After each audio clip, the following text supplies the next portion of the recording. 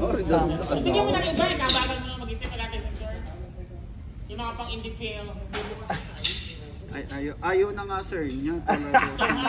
Redundant lang yung script, di ba? Dapat bago. Nabibigay na daw sa sir kaiirit ko.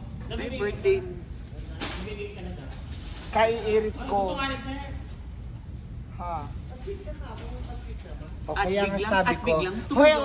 At biglang tumayo ang dalaga. parang yun uli, bigla na naman tumayo. Tumayo, kahapon pumasok. Ano ka ga? Puro kang tanga. Ano bang eksena muna? Sino kalapin ko? Ako mamimili. Ay, Ano ka ga? Sa JR. JR, Hindi, gagi. Ba't si JR? O bakit naman? Ay, ang magpinsan. Bakala, pag pamangkin, huwag mong pag-iisip. Ay, bakit yung acting naman yun? Wala naman yung ano. Bakala ka kahit na.